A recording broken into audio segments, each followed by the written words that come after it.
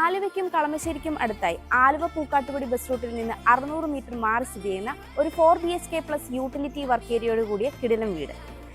6 saint 200 ലിങ്സ് സ്ഥലത്ത് 2900 square ഫീറ്റിലെ ഈ വീടൊന്ന് കണ്ടാലോ.